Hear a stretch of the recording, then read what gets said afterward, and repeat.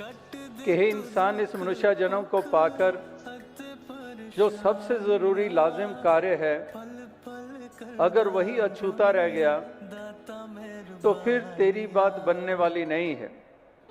फिर तो मंदभागा है तू, एक खुशकिस्मत नहीं है। भाग्यवान और खुशकिस्मती उसी की मानी जाती है जो इस संसार में पैदा होकर सबसे लाजिम कार्य को कर लेता है, इस मंजिले मकसूद को पा जाता है। आत्मा के भेद मिट जाते हैं, आत्मा परमात्मा से जुड़ जाती है, आत्मा को अपने मूल की पहचान हो जाती है।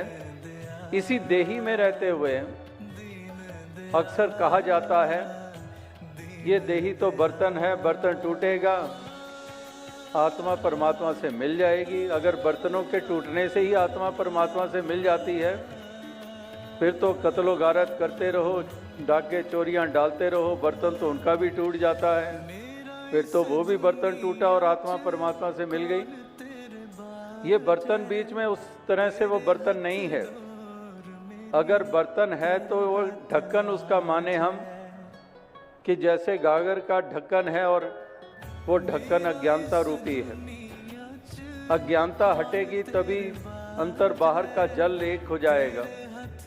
तो ही मोही मोही तो ही अंतर कैसा।